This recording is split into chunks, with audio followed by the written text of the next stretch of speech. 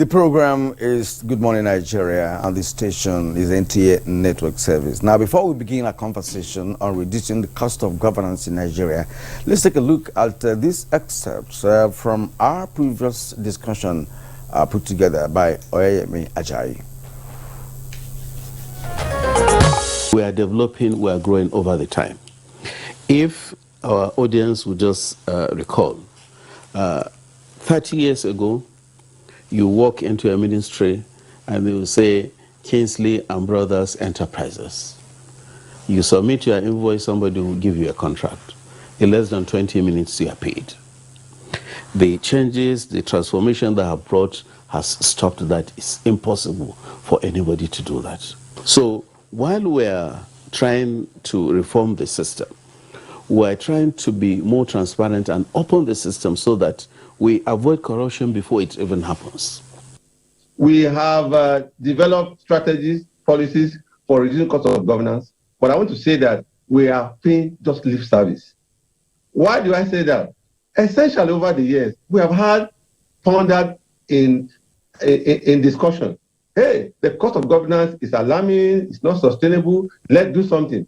What are the options? The various reforms. One, match the NGAs, digitize the process, create effective public expenditure management strategy, ensure budget implementation, create orientation and student behavior in our. These are things that we know on paper all over the years. How well are we on top of this situation? I want to agree when Didi said, oh, we are digitized. Digitization is a good thing. But where you are automating a system and you have 1,000 staff doing a manual job, and you still have the 1,000 staff still on one side, still there in the system, what are we talking about? We need to look at the implementers. And that is that we must come up with a strategy of getting onto the people. Because if you get the case of governors or some other people in the government now having how many thousand advisors and they are paying from government system. At the end of the day, if the money is no more there, they cannot pay these people any longer. Then the whole system comes to a stop. So as the DG said, thank God that they have these strategies on ground, but we really need to look at the implementers. I'm stressing that because some of us have been to other countries to find out why are we where we are today. And we came back, or we came to the conclusion that the problem is not about the strategy, the problem is not about the weather or the environment, the problem is the people. We discovered that in one of the studies that a particular state governor had more than 200 aides. All of them will be taking money from the coffers of government. No constitution stipulates that. Nigerian constitution does not stipulate this number. But you now have the personal idiosyncrasies of leaders. So how do you address that? So we need the buy-in of the elites. Critically, is very important. For everything you want to do, you will refer to the parliament. If they are not in support, it will be seen that it will not be passed. All right, now those were excerpts from the first part of our conversation earlier in the week. We have all our guests here with us in the studios, and it's my great pleasure to welcome him again to Good Morning Nigeria. After such a long time, I'm here referring to Dr. Goke Adegoroye. Dr. Adegoroye is a former Director General of the Bureau of Public Service Reforms. He's a retired permanent secretary and indeed is National Publicity Secretary of the Council of Retired Federal Permanent Secretaries and Head of Civil Service of the Federation. He's also a very well published author, and his focus has been on the civil service and restoration of good governance. Dr. Adegoroye, we're glad to have you in our studios this morning. Thank you for having me. Okay. Also here with us this morning, and it's our great pleasure to welcome him back because he was with us when we had the first part of the conversation. The incumbent Director General of the Bureau of Public Service Reforms, Dasuki Arabi. Mr. Arabi, we're glad to have you again on Good Morning Nigeria. Thank you very much. Good morning. Good morning, Nigeria. Okay. All right, and with us as well here in the studio is a regular face on this show, Honorable Ahmad Sajo, former Commissioner for Information and Strategy, Adamawa State. We are glad to have you again with us. Yeah, thank you. Thank you very much. Maybe we should start the conversation on a fairly angry note, so that we get a public affairs analyst who is furious enough about the high cost, and many would say unsustainable cost of governance in Nigeria today, before we start saying, okay, what has brought this about, and then what can be done. Ahmed Sajo, I'm referring to you. I'm referring to you to kick off. Look, what is happening to us? I mean, it's just like we're burning money, burning our future, and burning development. I agree with you in totality, and I think there are two aspects to it. The first aspect is the cost of governance itself, and the second is the value of governance. You know, does the cost even, you know, does the value justify even the cost? There is a high level of sense of entitlement on the part of people who run government to believe that the ability or the legitimacy given to them to run government means that they can do whatever they like in the process of running government, like the other discussant was talking about, you know, people in government clogging themselves with large numbers of aides whose functions you cannot even define. And, you know, we have a bloated civil service, whose functions, I mean, if you have worked, I have been in governance at the local government level as a local government secretary. I have been in governance in a government house as press secretary. I've been in governance as a commissioner. I've been in governance until recently as a member of the board at the federal agency. I understand that, you know, if we look at it very critically, how many of even the people, the public servants or civil servants, how many of them even go to office within a week? You know, they don't even go to work. They don't do. There are three levels of governance, I mean, that you could look at. The economic aspect of it, the political aspect of it, and the administrative aspect of it. Which of the aspects are we getting right? And if you want to know the real value of governance in this country, all over the world, government is an enabler. Government creates the enabling environment for systems to work, to function. In Nigeria, it is those areas where there is little government, you know, interference that are succeeding. Areas where we have heavy government, you discover that we are retarding. And let me tell you, where are our green lights in Nigeria as a people? Entertainment, music, film, and the rest. Maybe ICT. You know, look at those areas. You see how much of government is in those areas. But then you look at sports. Majority of our sportsmen that win laurels are those that are operating outside Nigeria, not within the country. So it means that the enablement of government is not sufficient enough to drive the process of governance to benefit the Nigerian state. And so we sit down and look at it and say, look, we're expending so much money in some states. When I was in government, and I can tell you that the monthly allocation from the federation account to my state at one point was 2.6 billion monthly, and the wage bill was 2.2 billion. I mean, so what do you? How much service do you deliver to the people? What do you do? Then, aside from the wage bill, now the security vote, the running cost of this thing, the fueling vehicles on a long convoy that is unnecessary, and all of that, when you add it up, the entire income of a state is consumed by the governance process. But the value of governance, the service delivery, is not there. Yeah. Well, thank you. Let's now go to Dr. Adegoro here. You have seen it all in civil service. My colleague read out positions you have held in the past, which means Now you understand the nitty-gritty of governance and administration, both at the civil service level and perhaps at other levels of public service. Now the issue here is that we have a kind of a bogus governance in terms of what we spend in governance. Cars alone, they're quite humongous in terms of costs and what have you. Just the past governor of Benue State on the paper this morning cried out that his cars are being impounded and all that. So which means he has cars, yes, and they're being impounded. So these are some of the things that we are talking about. And for you, and now that we are in a new administration, we are looking at hope that the administration is presenting to Nigeria, a renewed hope. And with the level of or the kind of governance that we have in this country, are we going anywhere with that? What's your take? Obviously, something is wrong with the kind of governance that we have been prosecuting in the last 23, 24 years.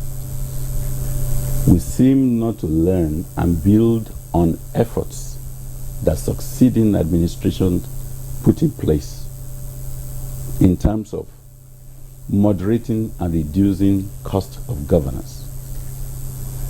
Take the last statement that you made. Remember when President Obasanjo came in 1999, I was with the Secretary of Government as his head of the think tank team. I was the desk officer that fashioned out the assignment of responsibilities to political office holders. And what the Obasanjo did, the instruction given to the SGF, and thank God it was somebody who was also a retired permanent secretary, was he conducted himself and went by example. The cars that were allowed to be given to political office holders were 504. It was only in 2002 that they allowed them to use 406. And then the numbers were also so moderated. Chief Ekaite that I work with had no politically appointed aide. The only aide from outside. It was then the senior lecturer from University of Abuja who was working with him. His other aides were full-fledged directors in the service. And he had the moral right as the person coordinating government policy to be able to issue service-wide circulars about rights and limitations of all political office holders. And at any point in time, if any one of them tried to disobey, we issue another statement to be able to correct that. Even I, as director, I could summon any minister by phone call and say, this is what we need to have. And that was why when in 2011, a politician was appointed secretary to government, and you start hearing among his aides, chief of staff, and then, senior special assistant, so many of them. You begin to wonder, an office that at any point in time supervises 6 to 8 permanent secretaries with several directors under them, what aides do you really need? So that is the first signal, and I'm hoping that the current head of the civils, the current secretary to government, I'm glad he's a permanent secretary, he was a permanent secretary, and he's been governor, he's been minister, will be able to recognize that the primary duty he has to do from the beginning is to set the tone to curb the cost of governance, and he himself should be an example. So that by the time that is done, he needs to discuss with his principals and then they agree. That is one of the ways that you begin. But he's also a politician. Are you sure he's going to be able to adjust properly? Well, it will be left for his principal to be able to see whether he's going in the right direction. Of course, for those of us who are on the outside, we will point it out. If you read my book, you will see the way I descended heavily on the then Secretary of Government, Pius Anyim, on some of the ineffectiveness of that office. So, ever since then, the office has actually been weakened and weakened and weakened. You talk about cars. Those cars are not even meant for you to carry away. Do governments even have, a register of the assets that they have. And now, President Bola Tinubu is there now. The question you and I need to ask is that why do you need those bogus four-wheel drive and things like that? Where are you going? And there are so many excesses. Not only do they have those bogus, SUVs that are now here cost over 100 million. Mm-hmm. And like they say, the who does not make the monk, and everybody is showing off the big manity all over the place. When they are still going, you still see them going to the airport to have chartered flights within Nigeria. The LT&T, the local duty tour overhead, does not have room for chartered flights. I don't know whether you have now introduced it. No, it doesn't have. And then they have to now breed on their accountants to find a way to source and make provision for that. That's a way that is not clean and that is not transparent. So there are so many things that are actually so wrong. But maybe when we get there, we'll be able to talk, because the issues are so complex. It borders more on the character, the capacity, and the competence, personal integrity of those who are now being appointed into leadership positions. Their personal integrity is what will drive institutional integrity. If they do not have it, it is impossible to be able to move on. Government has done so much, but we are not building. Take, for example, Ahmed Joda in 1999 was set up by Obasanjo to carry out the restructuring of poverty alleviating institutions. And that's how NAPEP was created. But then, after NAPEP had been created, because if you really know what was going on, I used to tell a joke, and it's in one of my books. There was a family enhancement program, without the Scheme. Under Abacha? Under Abacha. Yeah, that's right. Family support. It was called loosely family support. Yes. Yes. Okay. It was, it is FSP, family support program, I remember. Yeah, yes. I was then heading FEPA. Their own was FEAP, FEAP, Family Economic Advancement Program. Okay. In the year that I was heading FEPA, government gave me a total capital budget of 19 million naira. The Family Economic Advancement Program was given 7 billion as at that time. The DG of that place spent it. Even when Obasanjo government came in, they could not even finish spending the money. They still had 3.7 billion. At which point, government now said, please stop it, let us hear how to do. But then those agencies that were rationalized then, what is the cost to government? Because you want to find out, did they really increase efficiency? Did they really reduce number? No. All the staff were still absorbed. It did not reduce number, and the efficiency actually was not totally increased. That is why anytime I'm hearing Oronsaye report, I said there is undue romanticization of that report. Mm-hmm. So much that we begin to now see anything that's not working well in the structure of government as being the inability of government to execute that report. So the report itself has become a victim of the syndrome it was set up to really tackle. You know how many committees you have set up to do, what did they call it? Review. To do review, to do this other thing that was draft white paper. White paper. Almost virtually every living head of service has been brought in to be head of white paper. We are spending so much money, and yet we'll not be able to achieve. 12 years later, after the report, has been submitted. So these are the things that we will need to be able to tackle here. And now again, people are saying, no, Oronsaye report. The issues is beyond that. There are so many ethical issues. Those are the drains of government. Every time you hear corruption here, corruption there, you're beginning to look back to say, when is the last time we haven't had that the custodian of government posts, accountant general, have not stolen money? When is the last time we have not had that an accounting officer has not stolen money? Let me leave it at that so we can carry on the conversation. Dr. Goke Adegoro, I said we have to fish you out. You had been in hiding for for a long time, and happily, one of your successors was with us when we had the first part of the conversation a couple of days ago. So now I'm going to him, Dasuki Arabi. You've listened to the two. I launched Ahmed Sajo to provide the angry platform for the conversation. Angry because anyone who is concerned about the welfare and growth and development of Nigeria would be upset with the kind of flagrant waste that we see all around us, and the fact that at the end of the day we have virtually nothing to show for it.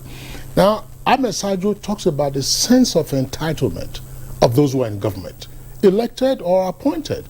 Sense of entitlement, and then that goes back to some of the points that Dr. Adegore was talking about. Just one-ton expenditure of government money. You look at the kind of vehicles you see them drive, and then to worsen matters now, chartered flights. It's the thing. It's charter a flight when you can take, when the rules do not permit you to do that. So when we started this conversation, you talked about, oh, yes, there is a framework in place, and we are taking out from that framework and beginning to establish processes and procedures that will help ultimately to reduce the cost of governance. There were some responses from the other guests last time, but today speak some more in response to, of course, what the others have indicated into this interaction.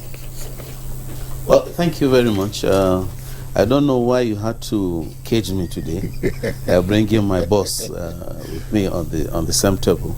But I know he will be glad that one of his boys is helping him to discuss these issues. We thank you, Oga, for your leadership and for your to lead to us. I want to disagree with Alhaji Sajo first, that workers don't go to work. A few of them go to work, possibly at the state level. At the federal level, we've been addressing this issue, and I think we have made a lot of tremendous progress.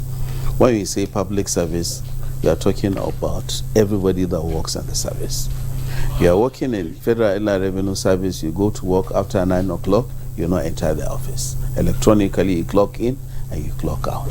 So we have points of excellence in terms of reporting for work, reporting for duty in good time, and getting that. As I said the other time, our efforts are beyond the federal. How do we get the states to do what we are doing at the federal level? So possibly when we get to Adamawa and other states, we'll be able to address some of these challenges. He has spoken about cars, about vehicles, about other things.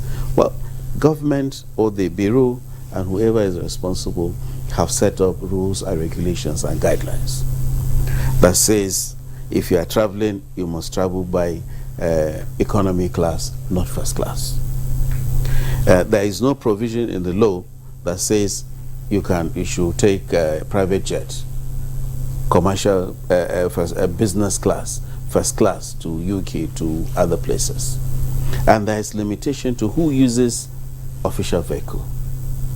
At what point will you use official vehicle? Who is authorizing purchase of official vehicles or operational vehicles? I think the crux of the matter, based on what they have said, is the rules and regulations are there. You have been appointed. It is left to your conscience, just as Dr. Adegore has said, to follow the rules, lead by example, do what is right, and we'll be able to avoid some of these challenges and problems. On our part, as I said, strategies have been developed, and just like Dr. Adegore has said, people have failed to build on what has been achieved. The rules and regulations are there. There is nothing new that we are going to create. All these issues you've raised about vehicles, we have limitations. Who uses official vehicle? The BPSR, I use an innocent vehicle that is about 9 years old. The innocent vehicle has never gone to my house. It has never gone to my village. My driver doesn't know my house. I drive myself to the office and drive myself back to my house. I drove myself to NTA this morning. So it is left for those that are there. And by extension, it is left for Nigerians to ask themselves whether the persons they are sending, they are nominating, are the right persons that should be nominated. Yesterday, His Excellency President Tinubu said state governors should nominate persons of good character and good background for him to appoint as board members of government agencies. And that is why Pillar 4 of National Strategy on Public Service Reforms is talking about cultural reorientation, both within government and with outside government, for us to understand that we have a country called Nigeria, and history will judge us good or bad on what we have done. And this is being recorded on a daily basis, consciously or unconsciously. So what we need to do, I think, is to make sure that we enforce those rules and regulations. And as Dr. Adegore has said, there must be example from the top. And whoever is at the bottom will follow. Yeah, thank you indeed. You know, part of our question yesterday to you has been that, you know, despite the strategic papers that you have developed or framework that you have developed, that some Nigerians still have a way of undermining whatever that you have been able to do from that office. That is basically why we are pointing out to some of the you know, excesses or some level of extravagance or being witnessed. And just as Dr. Adegore said, that the personal integrity should drive institutional integrity. And that's what it is, yeah, because we say that the character of the man in power determines the direction of the nation he's governing. It's as simple as that. And if the man at the helm of affairs is driving like perhaps one of the best cars in America, for instance, and you can't possibly say, look, you tighten your belt or something while you are, you know, enjoying yourself. And like this word, I say, we have been romanticizing or something. That's a new word now for me. What means we've been romancing a document without implementing the document. And that reminds me of one film those days we call Romancing the Stone. You know, so how do we get out of this? Honorable Sergio, you know, what should the leader do to live or lead by example? Because what I'm saying is this: if you go to the hinterland or perhaps in states, to local government areas, and you see councillors who don't even sit, because the local government areas, of course, are in comatose at the moment. When you go there, they don't go to work in the first place. But then they are mobile. You see them moving in convoys, and you were wondering, what do they do? Right. So it is also at that level. And state government, some of them now have acquired armored cars. I know the least cost of an armored car, at least in my little understanding, is about 150, 200 million as the case, just one car as the case may be. And it's on and on and on. You see, we're in a situation where, you know, if you talk to the younger generation of Nigerians, I like engaging them, especially the lower level. When I go to a mechanic workshop, I sit down there. I talk to vulcanizer. I talk to panel beater. We discuss, we raise, you know, national issues. And I watch them digest it on their own. I don't contribute, but I want to know what they're thinking. They are thinking the way I'm talking. At that level, they have that understand that the people in government are just looting. And they say that even the younger ones are waiting to loot more than the ones who are looting now, because looting has become a system of governance in Nigeria. Fire more. Let's go. let me tell you, you know, the biggest cost of governance we're facing in this country, whether we like it or not, is corruption. Corruption is the biggest cost of governance. The system is so corrupt. And anytime people begin to accuse political office holders, I laugh. I was a commissioner. For the 4 years I was commissioner, I didn't even know the color of the checkbook of my ministry. It's down the line. So it's not like, you know, so that's number one. Number two, personal integrity is valueless if it does not percolate down. It's valueless. We have a history in this country now that we can point out that, look, we have a leader that has personal integrity, but because that personal integrity did not percolate down to the people that are around, you know, what we had, you know, was not something we could say had resulted in integrity, institutional integrity. So what we want is a country, a nation with some set of values. What are those values? You know, do we have a value system? Do we have values that we hold very dear? Do we have a population that has been engaged to look at those values and the violation of those values as a crime, you know, within society? We do not have that. We have a society that we have built that respects only one thing: ownership of property, money, wealth. He is a permanent secretary of great repute. He has published books. But if he doesn't dispense money, the level of respect he will get within the community would not be the same as a Yahoo boy who had just stolen some money from somebody and dispensing money. So what is our value? What values do we really respect? Do we see integrity as a value that society respects? Do we see moral rectitude as a value that people respect in our society? Do we see all of these things? And I still emphasize, with due respect to my brother, that for us who engage ordinary people that you're talking about, I do a lot of that. What we see as the value of governance itself is just within the context of people going into government, stark broke, and coming out as multimillionaires. That's the only thing that people see outside. We are not doing anything to reverse that. Somebody that you walk, you rub shoulders with, you knock each other on the street today, he becomes a top government functionary tomorrow. And then he enters an armored vehicle or an SUV and dusts you aside.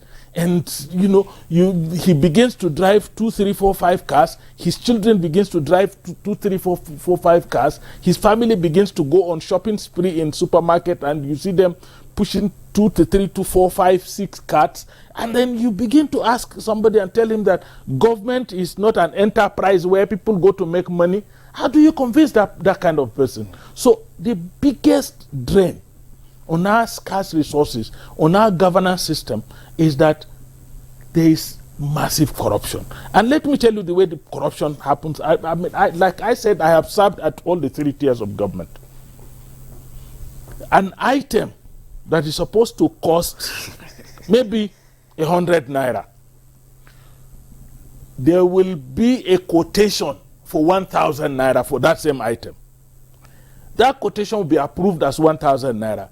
And then they will go down to the market and start looking for the one that will cost 5 naira or 4 naira or 3 naira. It's so terrible. That's when nothing works. If there is no lifespan for some of the projects we do, there is nothing. Even the vehicles we said we are buying, sometimes they are refurbished second-hand vehicles that are bought as new, and all of that. So if we really want to reduce the cost of governance, we must first start by addressing corruption. Okay, Ahmed Sajo, thank you very much for the points that you have raised. But we all know that corruption is the elephant in the room. And if we're to say, I'm just saying this now, if we're to say deal with corruption before we deal with the issue of cost of governance, some may argue that probably would not get it, quite right. But some of the things we do as cost of governance, they are themselves corruption. Like I agree. Somebody hiring a private jet is corruption. I agree. Just hang on. But it's good. What I'm saying is, at the end of the day, we need to take it strip by strip, so that we see the elements that are actually fueling the cost of governance, and then the elements such as you are talking about, which is the outrageous cost of project implementation or project execution. That's one leg of it. You can also deal with that. Somebody will say, we have a number of agencies and so on and so forth. We can deal with that. But I know Dr. Adegoroye is itching to say something. But for the benefit of our viewers, particularly the younger generation as well, all of us who are in the studios this morning, senior citizens who are also watching us at home, certainly you're not less than 60. And so you have a sense of when things worked in this country. I'm happy Dr. Adegoroye was talking about Obasanjo when he became president in 1999 and some of the steps he took. In the 1970s, when Obasanjo was military head of state, his administration introduced what was called low profile. Gentlemen, we all remember? Yeah. Low profile. They were using 504. At that time, Peugeot was producing 504 in Kaduna. Vaux. They even had a slogan, built for Nigerian roads. Precisely. It had Volkswagen was in Lagos, making Volkswagen, Beetle, and so on and so forth. Why am I raising this? At that time, when you said low profile, it was during low profile that President Jimmy Carter visited Nigeria, and he didn't complain. In the 70s, that's the period now that we're talking about, that was when they built the Lagos-Ibadan Expressway. That was when Murtala Mohammed International Airport was constructed. That was when they also accelerated the construction of the Benin-Shagamu Expressway. It wasn't completed, it was Shagari that finished it, but they accelerated it. That was when we started having the steel rolling mills that were supposed to be part of our tech takeoff with our Jakarta. So, but now that our people are flying private jet or charter jet, all kinds of things, and Sergio said they will kick up dust on you with their refurbished SUVs passing off for new. What can we point to? Borrowing. As I said, gentlemen, we are raising this issue so that for the younger generation, you would know that there was a time when things worked. It was under that same low profile that we started UPE, Universal Primary Education, which was part of the ways of reducing the level of illiteracy, grading, and then teacher training colleges were built around the country. Teachers were, anyway, I don't want to get into too many details. So, but because as I said, our guests are here, so they will speak to these issues. Dr. Adegoroye, I'll leave the floor to you. I know you want to respond to a few matters, and I will pop up some others along with my colleague. I want to moderate. I do agree with his stand on corruption. The fact that you are trying to say the leadership style does not percolate, it does percolate. The current DG BPSR is here. It tells you what it's doing. That is the way we started it. That is the way we started BPSR. I had only 50 million for the first 1 year to run it. I will come to my office, I use my money to buy tea for staff, and I will try to clean, and then my secretary will clean. We didn't even have cleaners. We were doing it by ourselves. The same thing also is there. On the 27th of last month, my wife, who is a Mexican, now became full Nigerian. And during the celebration, the permanent secretary, one of the few that I respect in the current call, Dr. Shoaib Baigori, okay, he saw how everybody there rallied around me and they were cheering me and so on. He said, Oga, when I was posted here as permanent secretary, the first thing the staff said is that Adegoroye is the best PAMSEC we ever had. I hope you will be like that. And I'm saying that so that everybody can actually know. That ministry is Interior. The same ministry where Maina served under me. The same ministry where, Idris, also Ahmed, also served under me. What they were thanking me for was executed by Idris. I made sure they got all their money that they were being owed. One of them told me, oh, now sir, I'm a graduate. That money that we got for our outstanding allowances, which will help us to pay, is what I used to complete my degree. I left that place 14 years ago, and yet the thing is still resonating. So why is it that we are saying that attitude cannot? If you want to start to say you want to change the attitude of Nigeria, we're begging the issue. Let people of character be appointed into position. Let the system enforce. I pity my colleague, because as DG, you don't have power of enforcement. You can only advise secretary to government. You observe these things, tell secretary to government. And that is why we are now praying. Look at what, every time that people are talking, you say, this one is not that, forget, even the number that you have in the service, you can engage them and let them get productive. Government effectiveness, global government effectiveness index, we are permanently in the negative. We are ranging between 160 and 169 out of 190 nations. The Ibrahim Index 2 of African governance. Even in West Africa, we rank 12 out of 15. In virtually everything we're saying. So the point that we're saying here is this. First, the cost of governance is done in such a way that we say, how did you even get the 30% now? 70% goes on recurrent and personnel and all of those ones.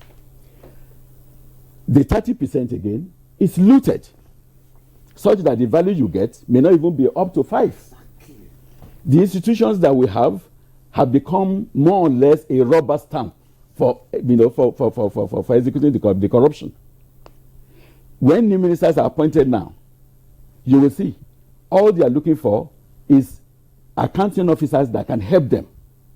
That is the art of cornering government budget for personal gains has become a skill that they have been looking for. You need to ask, how is deployment done? Anytime you hear deployment of the central pool of permanent secretaries, what is it fit for purpose, or is it for something?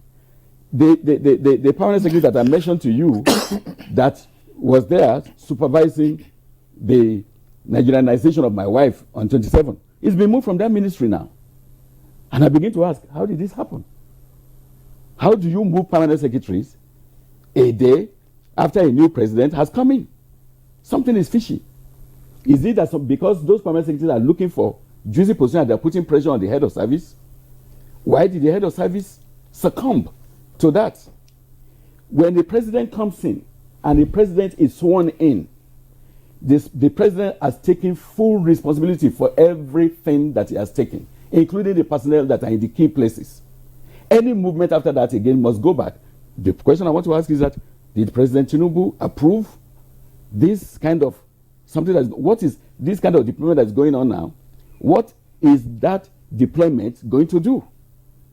All you see, phone and many of the pansec, almost 50%. It's not the seat that were on the 29th that they are in now. So new things are happening, and then when a new minister when new ministers are appointed again, you need to do another deployment because you need to be balancing issues, balancing that. So the key issues is, I think, go back to the integrity of those appointed. How did we search? Take, for example, I mentioned Maina and I mentioned Ahmed Idris. They work under me and they did well. The moment I see that they get into trouble, I need to find out. I said, in a situation where an accounting officer is being made to do something for any political office holder, for every one that he makes for you, he will be trying to also satisfy his own direct boss, who is probably the head of service, and then will be now to take about 3 times that to his own. Immediately I saw that one, I said, no, it must mean that Ahmed is being used to do something for certain people because he was a good man when he worked with me. Excesses of Maina were also caged when he worked with me. So there are issues that we need to talk, and we just need to be able to face it. Okay. The government, the president is already doing something that is great. The issues we are talking about cost of governance. How do we meet cost of governance? Economists will tell you the supply side, the demand side. Okay? In the kind of supply side, the president is ensuring that he's now trying to bake the cake by the things that he's doing to allow more money to actually accrue. Because the personnel costs you are talking about, the overhead cost, they are more or less like fixed. If you can increase the revenue generation twice what they have now, those ones will still remain, then you'll be able to have a larger pool to be able to use. Okay. But larger pool had to now be used effectively. IPs was introduced by me. System Specs did it. System Spec didn't even have to send me Christmas card. But after we left, you now hear the same IPs is now being used to pad salaries I mean, it's not easy for you to say these things, but it's in the public domain. Every time ICPC is becoming active by arresting people who are padding salary, who are doing this. IPs. I cannot believe it. Okay, all right. You know, we are going to see more. You know, sometimes I begin to think back, you know, to my very self, to begin to, just like my colleague Ray, you know, record what happened in the 70s when things were much better. You know, we used to have this slogan, Nigeria, a new consciousness. Where are we going to get it? We also say, those days, NPN, you know, one nation, one destiny. Where is one nation? Some persons have a different destiny. We can't have one destiny. Those who have the different destiny are in power, are in governance, are in the public sector, especially politicians. They have different destiny than others. People like us, you know, I mean, the lower kind of Nigerians now. So it just can't work. At the point when many people lost hope in this country is when even some EFCC personnel, those who are supposed to enforce or fight corruption, were arrested. I mean, okay, who would do the job?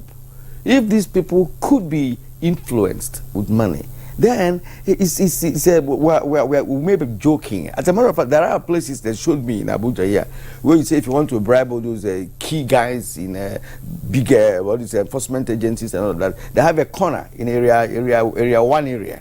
You know, it's usually done 7 p.m., 7:30 p.m. You want to see them and give them money. As much, if you like, carry 1 billion. They're going to distribute there. Within 30 minutes is over, and so on. And you know, we journalists we like to look at this. You talk about MENA of the pension. This other woman, this other lady, in the same pension board, an Igbo lady like that, who had over 100 houses across Nigeria, working on the pension board. It was in the news. And you know, many more like so let me bring you in now before the break, or go on break right now. Let me not lose my line of thought. Let's bring you in to respond to some of the things that Dr. Adegoroye said. And again, sir, with respect to the fact that you have frameworks, if you go to Worcester Market as you speak, you see more than 3 or 4 FGM vehicles in that market. I say as we speak, because I was there yesterday. And during festivities, Salah or Christmas or what have you, you see FGN trucks either carrying rams or carrying Christmas hamper. You know, FGN, I mean, it's all over people, it's not a secret. And so if you have a framework and you don't have a monitoring mechanism or something, then of course, I don't know how you're going to, you know what people are doing under your nose. Well, thank you, Kira. Let me cut you short because it seems we're getting off the reason why we're here, which is reducing cost of governance. Dr. Adegoroye has spoken a lot on some of the reasons why we look at these things the way they are. And as he said, personnel costs are fixed and overhead. So what are some of the reasons responsible for this and why we cry? One, to my understanding, is the increasing population of this country, which as the population is increasing, demand for services, for infrastructure is increasing. Secondly, we have inflation, which government and us cannot control. Thirdly, we have what we've been discussing, abuses of privileges and opportunities. Now, my work, or our work, is to see how we can help government structure policies and programs that will checkmate some of these things. Now, what have we done to fight and control corruption in this country? The EFCC, ICPC, and other anti-corruption agencies have been restructured. They've been empowered to do quite a lot of things that they are doing. We have seen that Adegoroye was surprised that his IPPIS is being boggled. What is happening? Now, why did we create IPPIS? To fight corruption, to fight ghost worker syndrome, to allow government know at every point in time how much are we paying personnel costs, public servants, civil service. Did we achieve this at the point of creating IPPIS? We did that. Who is boggling IPPIS? Why is that person doing that? And that takes me to Sir Joe's comment on values. Who will be responsible for this reinvigoration of value system in Nigeria. This goes beyond government. It starts from the home. We have seen cases where a parent will go to school, pay for somebody to sit for exam for his child, tell the boy, don't worry, we'll get the certificate, we'll get you into that position. And these guys are gradually growing up to get into positions of responsibility in either private or public sector. In Sajo's village, I remember when he was discussing with me some other times, you buy a car, you come from Lagos, you go to Yola, your father will ask you, how did you get this car? If it is somebody's money, return it. But these days, they are celebrated. And that makes it difficult for whoever is responsible to say, how do we block this? Good. Thank you very much, Dasuki Arabi, for the comments that you have made. Gentlemen, as we are having our conversation here, there are Nigerians, millions of them out there who are watching. I just got a message now from again another senior citizen. He's in the 60s. He's also a columnist, a journalist, and he was just adding to the things that were achieved in the 1970s during the low-profile era. Sure. 2 refineries were built at that time. Yeah. Kaduna was one of them. Port Harcourt was the other one. Can't maintain them now. In the 70s, when we were doing low profile, in other words, reduce the cost of recurrent and then focus on capex. Kalde Komolaf, everybody knows him, fantastic writer. Just reminded me, there are 2 refineries. Additionally, I will also remember, that was when, if you recall, by the mid-70s, the cement armada had clogged Apapa Wharf. It was again during the low-profile era that Tin Can was constructed. Tin Can Port. Island. Tin Can Port, yes.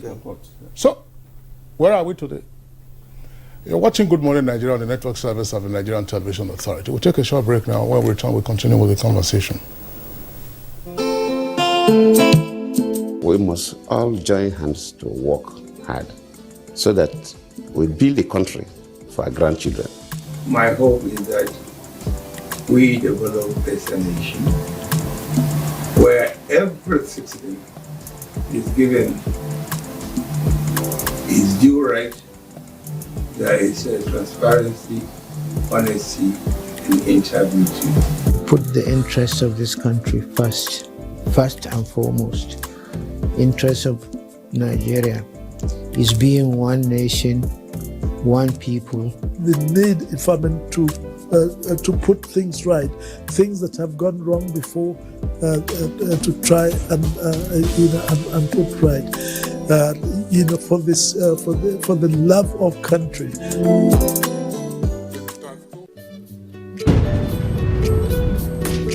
Bye, Mom. He's going to play in this weather. Why did you let him go? He might fall ill. And if he doesn't go out for practice, how will he win more trophies? To protect our family from illness-causing germs during the rainy season, we use Dettol soap every day. Dettol with Germ Defense gives you protection. Rainy season brings a lot of germs, and Dettol soap's Germ Defense protects you from up to 100 illness-causing germs. Dettol soap is endorsed by the Nigerian Medical Association. Be Dettol sure. The Council of Our Fathers. My advice to these young people is please do not take us back to those harrowing days. You probably do not know what it is. Nigerian youths, let's build our nation together.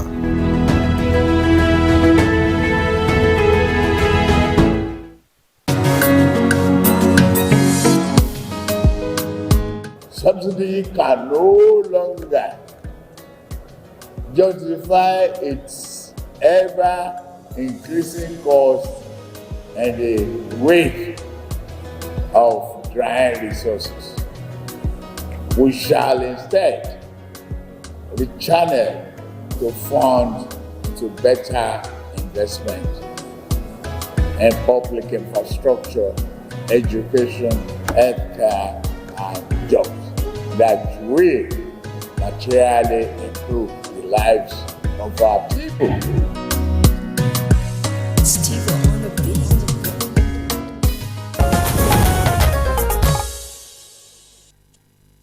All right, you're welcome back. And it's still Good Morning Nigeria on the network service of the Nigerian Television Authority. Gentlemen, one of the practical issues, what we are discussing now also applies to the subnational level. But one of the practical issues that we do know in terms of public finance, you cannot spend government money unless it is indicated that you can spend government money. And this is now all you have to do with appropriation. The appropriation law for the state, appropriation act for the federal government. But there are officers who prepare the budgets. What do we know about the orientation of these officers who prepare the budgets in the MDAs? In the MDAs, because it is, if you don't prepare a budget, you can't go and purchase a car. So that's the point that the current DG of Bureau of Public Service Reforms was talking about. And if the type of vehicle you are supposed to purchase is not indicated, it will not be approved for you to spend that money. So are we focusing on some of these technical hands who are anonymous, who help us prepare, who help MDAs, not us, MDAs, prepare these budgets, and then on the face of it, you draw, and it is legitimate? Sergio. I think that has, again, two components: budgeting and oversighting. The legislature has the responsibility of debating and passing the budget at both the national and the subnational level. But part of the job of the legislature is to also oversight the executive in the implementation of the budget. But I can tell you from my personal experience, that oversight function does not happen the way it is foreseen. You know, the long and short of it is that if you want us to have it in components that will work, is that the rules of engagement, like a military operation, the rules of engagement in service operations and service delivery must be respected. When you appropriate money to the executive, and then you do not go to oversight whether the execution of the budget is according to your appropriation, the executive now begins to feel that they have a right to pander with the document that is before them, so long as the reporting template, does not also involve scrutiny. There are many people whose job, whose responsibilities are to serve as gatekeepers for some of those things that happen in government that are not allowed. But they don't do these gatekeeping functions appropriately. The IFCs would have worked perfectly if at all levels, the people that are supposed to serve as gatekeepers to ensure that it operates optimally are doing the same. But there's connivance. So in the long and short of it is that first, government must ensure, when in the 70s that you were talking about, one of the key things that were driving the system was GO, General Order. Whoever went into the service at that point knew of the General Order. If you had a parastatal at that time, you establish what they call a condition of service for that parastatal. I remember when NTA condition of service came, one of the reasons I resigned from NTA was that when I collected the copy of the condition of service and I read, you spend 2 years from here, you go there, 3 years from here, I checked and checked, there was nothing like productivity, there was nothing like diligence, there was nothing, and I said, look, this is not a place for me, and I mean it, So but you are here now. what are the condition of services that we have? Are we adhering to them? And again, no, I tell point. you. Sorry, Sergio, fine point. But let's not. Let me restate what the question I asked. Yes. Because you were talking about oversight. Yes. Oversight will come after you have prepared your budget. Yes. And the budget has been passed. I'm Yes. saying when the budget is being prepared. Exactly. Okay. What are those technical Let guys? me tell you what happens. Yes. What happens is that in most services now, when I became a commissioner, I suffered that when we were to work on the budget, I advocated for some innovations because I realized that the about 5 or 6 previous budgets that were presented were the same. Just so they change the years and then they tinker with the figures. Nothing is done innovative. Nothing captures the moment. So the budget we did last year is the budget we do this year, is the budget we do next year, because the technical people have realized that the political leadership, and I tell you that governance is at three levels. There's the economic, the political, and the administrative. The political leadership, is so overbearing. And that when the technical people realize that this is the interest of the political leadership, most of them, out of years of being cowed by a system that does not operate according to the rules, they begin to acquiesce to the demands and the desires of the political leadership. And they keep repeating the same thing over and over without any innovations. I think we need to address that level of governance as well. Thank you indeed. When you mentioned oversight, oversighting is also a template for money making. Because those who gather to oversight they have the inner room where they go to share money. Some of us who have covered oversighting, you'll be shocked. After some moments of meeting, they'll say, "Oh, pressman, you can now go. We have other meetings to go," and stuff like that. No, it's not childish, because that's what is going on. And what are you oversighting when you are part of the business? And in terms of budgeting you talked about, I was privileged to have a CEO who gladly, some 2-3 years ago, showed me what is called budget pattern. He brought a big white sheet of paper. Then he now showed me a copy that they sent to the National Assembly, the original copy they sent there. And now he now showed me the copy that they returned from the National Assembly. And you can see the padding. He was just showing me the figures, the changing figures and what have you.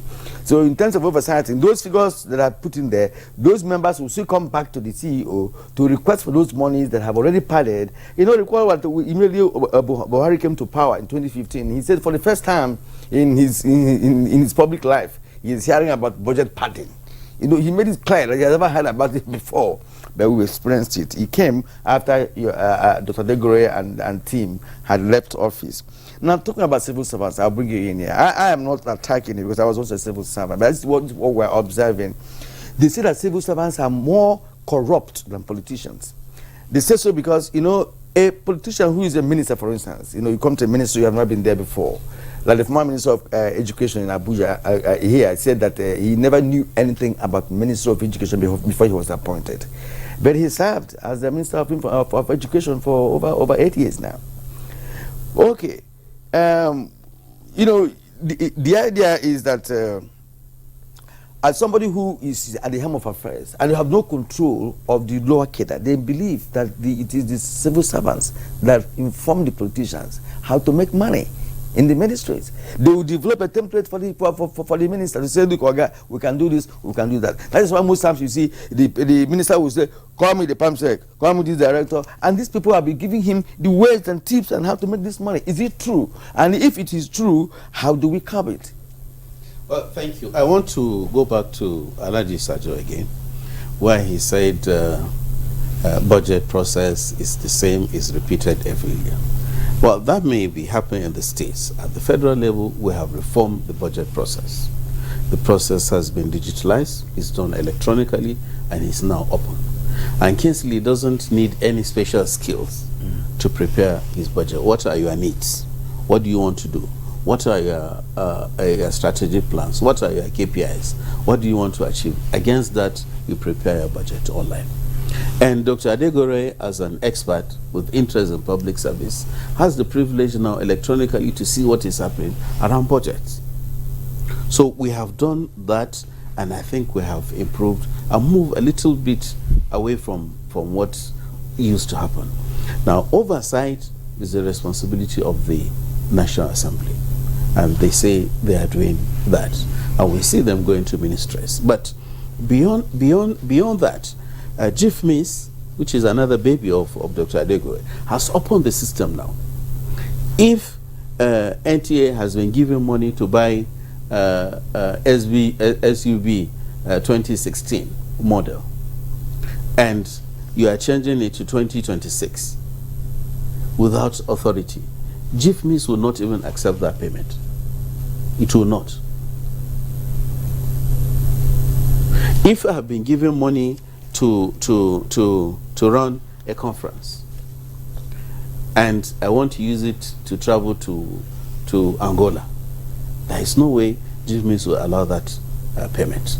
We've been trying to arrange a program where Dr. Adegore and others will come and review reforms that have happened in Nigeria in the last 20 years. Because the efficiency unit says you cannot use government money to rent a hotel to get a comfortable home, we've not been able to do that. So I agree with his assertions, the problems that we have, but I think we're moving well. Now, Dr. Adegore is here. A minister said sometime when he was in office, do this and this and this for me, Dr. Adegore. And he said, I'm not going to do it. We were very junior officers, but we were hearing the story. He refused to do it. And he told, I'm coming. Not rudely. Not rudely. Yeah, to say yes. But how many Adegore's do we have now? I'm coming. The extant circular says we should do this. If you want to do this, you do this. No, and the minister. Excuse me, let me also cut in here. Yes, sir. I said I wouldn't do it. Yes, sir. And I put my memo down. Yes. And I took it to the secretary to the government, who was Yali Ahmed at that time. Yali Ahmed called the minister to say, you are going to be in trouble. This is what this guy said. And the minister had to surrender. So the point is that for a permanent secretary to be able to refuse that, he needs the backbone of a head of service or a secretary to government. Yes. But if you now have a head of service or secretary to government to say, that will now say, go and manage them, that's where they all are, then there will be a problem. Especially when you have a SGF who is a politician, as you pointed out. Exactly. Yeah, so now going back to your question, whether civil servants are the ones that craft, I'm not aware of that. But my take on this is, we have rules and regulations guiding procurement and utilization of resources of government. Those in position of leadership need to understand these rules and regulations, and as Dr. Adegore has said, let them ask themselves whether what they are doing is wrong or right. And as he said, we have a new president who has shown that he is serious about his work, and this is the direction he wants to follow. And we hope this continues. And if it does, as he said, it permits from up down. We cannot say the public service is 100% clean. There are challenges, there are problems that the service and everybody needs to address. All right, thank you very much. Dr. Adegore, still on the issue of the technical hands who prepared the budgets, there is a sub-issue that is also very critical. There's been evidence of mischaracterization of expenditure between Dr. Arabi, Dasuki Arabi is chocolate. Mischaracterization between recurrent and capex, which is capital expenditure. And it goes year in, year out, year in, year out. And at the end of the day, what we are looking for is to say, look, what are we seeing as development in our country? How do we deal with this technical, shall we say, connivance or lapses? Again, I go back to the word that I use, integrity. Because they do know. No, first, before I say that, let me also say that the challenge is that some of the things we put in capital, the implementation becomes encumbrance when you actually need it for recurrent. Some of the things we used to have as recurrent in those days will be certain things that you need to be able to render service. At our time, you want to organize seminar, you want to do that, it's recurrent. But right now, they'll tell you it has to now be capital. And the challenge, that's why I use the word that the art of budget manipulation has become a skill that they are looking for. And where we really need to start is the National Assembly. I'm glad that the President, the First Lady, and the Secretary to Government are products of the National Assembly. Even the Vice President. The Vice President. I'm hoping that they'll be able to breathe down to the National Assembly to say, for us to be able to make the impact we need, can you reduce this? they are just looking for position chairmen or committees now. The chairman appropriation is somebody so powerful. If you are doing the job in the clean way, what is appropriation? It's for you to do the technical work. But if appropriation is somebody who sits down to be able to know where certain monies are hidden, and then be able to now speak to the accounting officers to know the right they will take it. See, what Arabi said is in my book, that in the kitchen of corruption, the cook, the steward, are the civil servants. They are the ones who will mix the ingredients and put it on the laps of those who are something. The laps of the political office holders. Okay. So, but the point is this: we must also take cue that not just what President Bola Ahmed Tinubu has done in terms of trying to raise the size of the cake, but example of what has been institutionalized in Lagos. I stand here today and I feel pained to tell Nigerians that the public service in Lagos is better than the one of the federal. Okay. And also the kind of things that he put in there. So how he's been able to to be able to reform the judiciary, and then the public servants really know what they are trying to do. So I feel bad that by the time he's meeting some of my people, okay, people will be wondering, are these the people that Adegore is mentor in the service? All right, sir. I know time is on our side, and we have to round off the program. As a matter of fact, there are offices we begin to be. We have been hearing lately. This issue of chief of staff. The president had chief of staff, governors chief of staff. Yeah, as a matter of fact, commissioners now have chief of staff. It might go get them to councillors or local government chairman before they have chief of staff. It continues to go. All right, we call it a day here, gentlemen. We appreciate you so much for being here this morning to be part of the program. Time is gone. At civil service, time is gone, so I know you are eating to say something. We're going to bring you back again, don't worry. We have other issues that we'll table and bring you back again on this platform. Dasuki Arabi, of course, the DG Bureau of Public Service Reforms. Thank you indeed. Dr. Adegoke Adegoroye, of course, we have read out all your titles, that we're still celebrating till today. But I'm wondering why you're still in Nigeria. You don't have a house in New York or somewhere, because your likes have houses everywhere. I have a house in Akure. Oh, that's where I stay. All right, Dr. Adegoke Adegoroye, thank you for being here this morning. And of course, our own Honorable Ahmad Sajo, who dumped NTA and now he's back again in NTA. That means you cannot do without NTA. All right, let's go for some sports news now.